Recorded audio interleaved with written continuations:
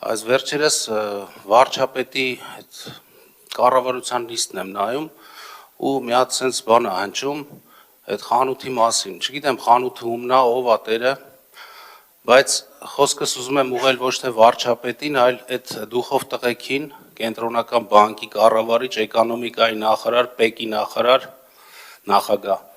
եւ ֆինանսների նախարարին։ Տղեկ, դուք այդ գերազանցիկի սինդրոմը եփեք ոնց որ հաղթահարելու, ձեր վերադասին հաճոյանալու համար վնաս եք տալիս սովորական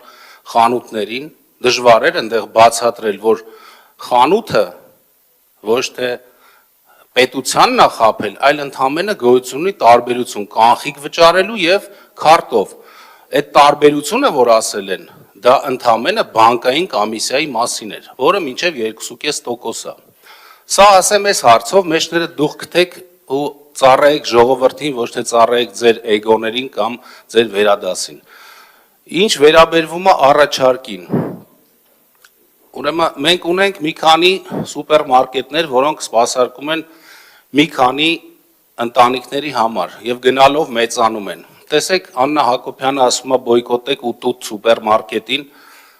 շարունակությունը ասեմ, նաև Ծիրանն է նույն մարդունը, եթե չգիտեն բնակչությունը, բոյկոտելուց բոյկոտեք, բայց ես միշտ դեմ եմ եղել բոյկոտելուն, ավելի շատ կոնստրուկտիվ առաջարկ եմ ուզում անեմ։ Եկեք սահմանենք որոշակի ժամեր կամ կիրակի օր սուպերմարկետները չաշխատեն, ասենք երեկոյան ժամը 10-ից հետո, խթանենք մեր փոքր տնտեսվարողներին բոլոր, սկսենք մեր համայնքից Երևան քաղաքի եւ դրանով զարգացնենք փոքր բիզնեսը, ոչ թե ասենք մի ձև քթեք, գնացեք փագեք։ Այդ մի ձևը մի հատ է լսել էինք մեր ձևով, ախր դուք այդ մեր ձևովին ասում եք դա քրյացին արտահայտություն է, բայց դուք ասում եք մի ձև քթեք, այդ խանութը փագեք։ Ուրեմն խնդրում եւ պահանջում եմ, ժողովրդավար եղեք, ոնց ասել եք, եւ հետեւեք ձեր սկզբունքներին։